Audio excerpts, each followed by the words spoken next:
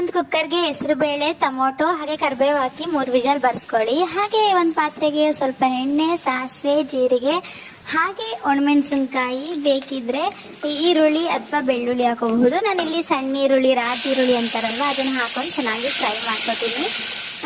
ಇದಾದ ನಂತರ ಇದಕ್ಕೆ ಸ್ವಲ್ಪ ಹಿಂಗು ಹಾಗೆ ಸ್ವಲ್ಪ ಟೊಮೊಟೊನ ಹಾಕೊಂಡಿದ್ದೀನಿ. ಮೊದಲೇ ಬೇಕು ಸಹ ಹಾಕೊಂಡಿದ್ದೆ ಅಲ್ವಾ, ಅದು ನೀಟಾಗಿ ಸ್ಮ್ಯಾಶ್ ಆಗಬೇಕು. ತೊಗರಿಬೇಳೆ ಅಥವಾ ಹೆಸರು ಬೇಳೆ ಯಾವ್ದಾದ್ರು ನೀವು ಯೂಸ್ ಮಾಡ್ಕೋಬಹುದು. ನಾನು ತೊಗರಿಬೇಳೆ ಹಾಕ್ತೀನಿ.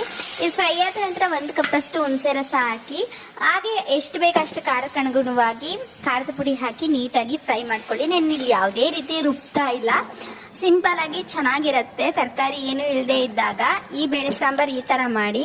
ಹಾಗೆ ಬೇಯಿಸ್ಕೊಂಡಿರುವಂತಹ ಬೇಳೆನ ಹಾಕಿ ರುಚಿಗೆ ಎಷ್ಟು ಬೇಕೋ ಅಷ್ಟು ಉಪ್ಪು ಹಾಕಿ 1-2 ಕುದಿ ಬರ್ಸಿದ್ರೆ ಬಿಸಿ ಬಿಸಿ ಅನ್ನಕ್ಕೆ ಚೆನ್ನಾಗಿರುತ್ತೆ ಉಪ್ಪಿನಕಾಯಿ ಜೊತೆ. ನಿಮ್ನೆ ತೋರಿಸ್ತೀನಿ ಈಗ ಮಗನೇ, ಹಂಗೆ ಆಡ್ತಿದ್ರೆ.